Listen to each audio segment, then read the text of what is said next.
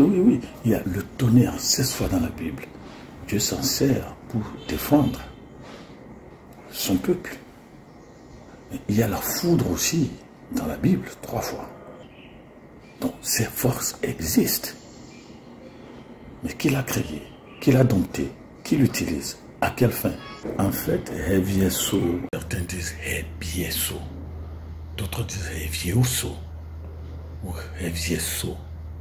Hevieso, si nous faisions une analyse ethnosémantique, c'est-à-dire le mot tel qu'il est, vous avez Hevie et vous avez So.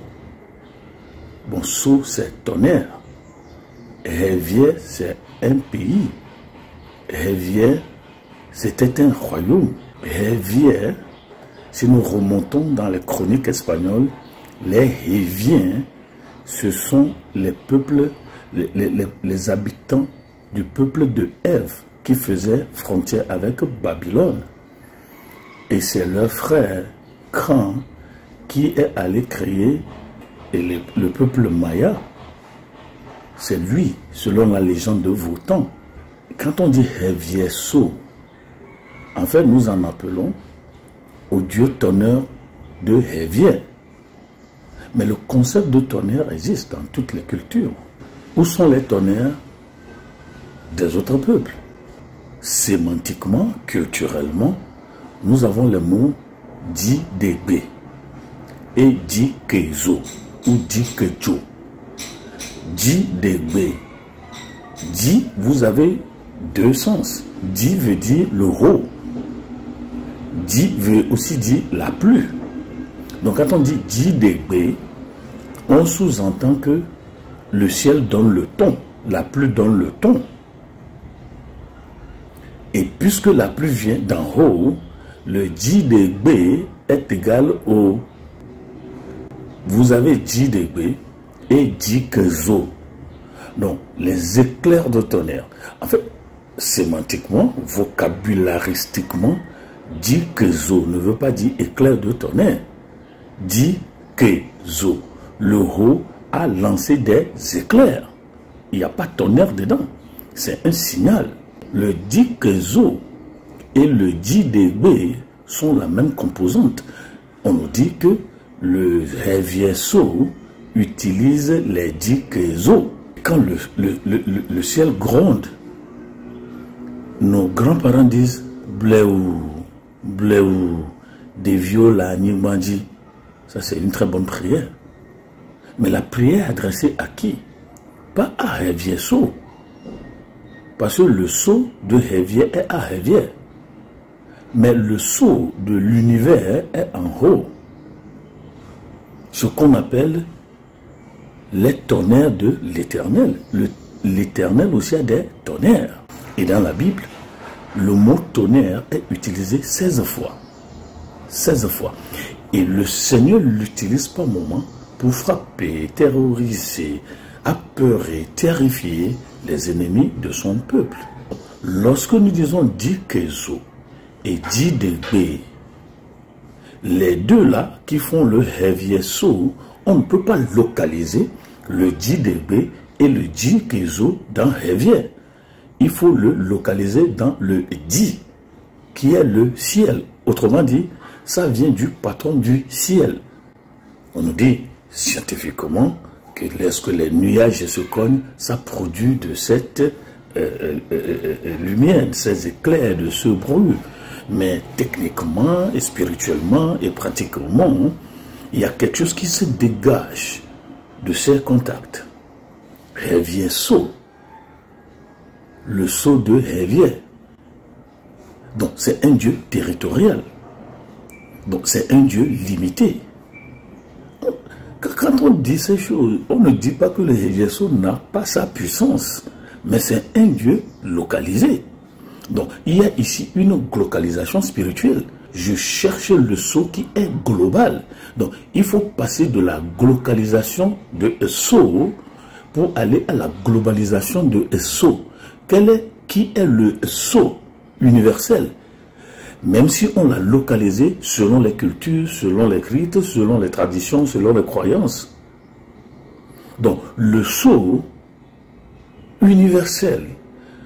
Jean-Baptiste va dire, voici l'agneau de Dieu. Dans notre culture, on dirait sceau beau. Mais le sceau là, ce n'est pas le sceau de rivière, c'est le sceau universel. C'est le sceau universel. Le sceau global. Le tonnerre global. Mais qui est ce tonnerre global? Bon, en fait, le tonnerre n'est pas un être humain. Le tonnerre, c'est une puissance que Dieu utilise, c'est une puissance que Dieu a créée à ses propres fins. Et le diable aussi était là quand on a créé ça. Il sait comment les localiser, il sait comment les copier, il sait comment les utiliser, il sait comment les activer. Alors, maintenant, le secrétaire général et vaudou, des vaudous et cultes, c'est ça. Dagomé m'a dit, lorsqu'on parle de sceau, il y a multiples composantes. Il y a multiples composantes. Nous avons tout là-bas, nous avons sceau, nous avons sobo, nous avons sojeto, nous avons dairo, nous avons akolobé. Voilà tout ça, ça fait partie de sceau. Donc il y a la socialisation de sceau. C'est une famille hétéroclite de diverses forces qu'on a composées ou qui ont fait une ionisation spirituelle pour devenir une entité. Nous ne disons pas ici que le tonnerre n'existe pas, mais nous voulons le tonnerre global et non seulement le tonnerre de rivière. Bon, voilà ce que nous disons. Quand vous allez dans un temple, il faut qu'on vous explique quel sceau est implanté là-bas. Il y en a beaucoup. Il y en a beaucoup. Je me suis amusé à approcher un temple. On m'a dit non, ici nous avons Dairo, ici nous avons Sceau, et leur femme, comment on l'appelle, je ne sais plus. Mais voilà, il faut savoir ces choses. Et dans la Bible, alors, Jean et Jacques sont des sauvis, les fils de tonnerre. Les gens disent non, c'est un sobriquet. Non, on ne donne pas des sobriquets pour donner des sobriquets. Il y a un élément révélant et un élément révélateur. Lorsque Jésus a dit fils de tonnerre,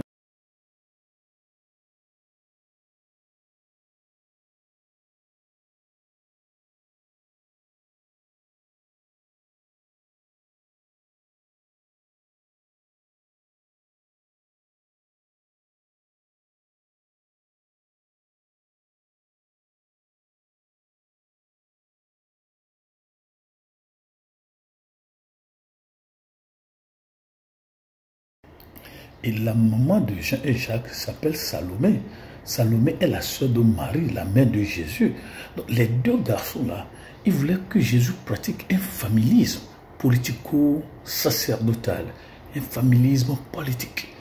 Nous voulons être les premiers. Premier ministre, chef de... Comment on appelle ça avant? Président de l'Assemblée. Et tu es président, chef de l'État. Jésus dit non. Vous êtes des fils de tremblement.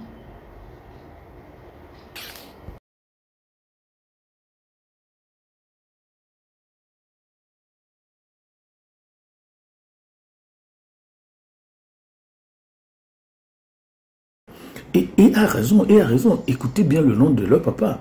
Fils de Zébédée.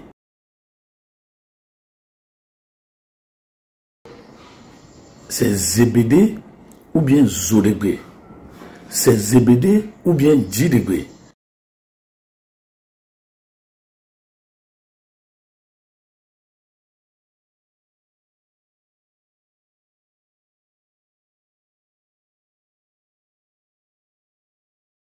Donc vous voyez là encore que lorsqu'on parle de tonnerre, le Djidébé n'est pas localisé, n'est pas glocalisé, n'est pas territorialisé, n'est pas sectorialisé, n'est pas limité.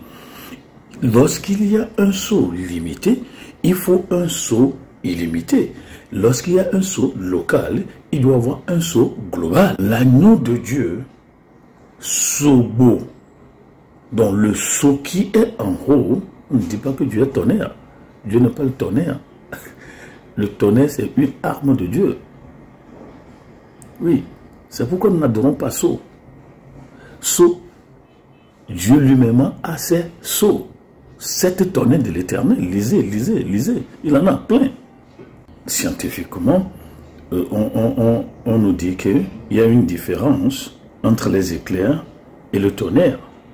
Bon, chez nous en Afrique, on nous dit que lorsqu'il y a dit Kezo, lorsque nous voyons les éclairs, le premier dieu qui sort d'abord, c'est Sobo. Le tonnerre sort de ça pour agir. Mais il y a aussi le Somawi, cette pierre, il y en a beaucoup de choses. Leur poche, il y a beaucoup de choses. Et ils ont ça dans leur poche. Oui, il y a aussi des arbres et des plantes. Oui, vous mettez ça, mon papa a fait ça, mon papa a fait ça. Il a pris ça comme ça, il l'a mis dans sa poche. Oui, le Somawi, c'est-à-dire l'anti-foudre, anti-tonnerre, anti-dikezo. Non, il n'y a pas anti-dikezo. Le dit va toujours kezo. Mais comment nous protéger contre la pierre tonnerre? On m'a dit, oui, des fois, vous allez le voir, vous allez le voir. Moi, je n'ai jamais vu. Et il est comme un petit bout d'homme, des fois dans une arbre, avant de tirer sa flèche. Oui, et on m'a dit, il y a une plante. Quand vous avez ça, le tonnerre ne tord jamais cette plante. Pourquoi on ne rend pas ça public? Et pourquoi d'autres personnes utilisent le tonnerre? Oui, ils ont des choses. Ils vont mettre sur votre toit. Ils vont mettre dans votre cour. Ce sont les éléments attractifs. Donc vous voyez maintenant, quand j'ai dit Maousoboli, ça ne veut pas dire le Dieu de la Bible. Vous avez compris, non? Lorsqu'il y a éclair, il y a un Dieu qui sort d'abord. Il ne peut pas être Dieu parce que le Dieu est au-dessus des éclairs. C'est le Dieu qui a créé les éclairs. Quel que soit ce qui sort des éclairs, ce qui sort des éclairs ne peut pas être supérieur à celui qui a créé les éclairs. Ça, c'est une logique. Lorsqu'il y a éclair, le Sobo la sort, on me dit que c'est la mère des enfants. Non, non, non, non. Et comme il est la mère des enfants, puisque le seau même va sortir pour foudroyer, brûler ou enflammer les choses, c'est le Sobo qui dit vlé, vlé, vlé, bléou, bléou, des violani bandits. Mais qu'est-ce que nous disons? Ces forces existent. Mais est-ce qu'il y a des forces supra-forces? Oui, c'est ça. Il dit, tout ce que vous voyez sont créés par moi. Ça, c'est Jésus qui dit ça. Il se donne la patenté, le titre, le droit d'auteur. Le droit d'auteur de l'humanité appartient à Jésus. Il a dit, oui, tout cela, c'est créé par moi. Rien de ce qui soit créé ne soit créé sans moi. Pourquoi? Il est la parole. La parole, la manifestation du Verbe, la pensée créatrice. Vous comprenez? Le chef traditionnel m'a dit, je ne veux pas donner son nom, que en fait, il y a une différence entre l'énergie tonnerrique et l'électricité. Les deux sont opposés. Créer ce qu'on appelle les paratonnerres. Les paratonnerres. Vous allez voir que des fois, la foudre, c'est ça, le tonnerre arrive à brûler. Oui, les installations électriques. Oui, les tableaux de répartition. Oui, c'est ça. Pourquoi? L'intensité que dégage la foudre est supérieure au voltage de certaines installations électriques. Il va les brûler, il va les calciner. Du tonnerre. Ils font ça. Pourquoi? Et est-ce qu'on peut... Et la science est développée. On arrive maintenant à économiser, oui, l'énergie du tonnerre, les éclairs de tonnerre pour en faire de l'énergie. Oui, nous, on peut avoir ça, non? Oui, et nos paratonnerres.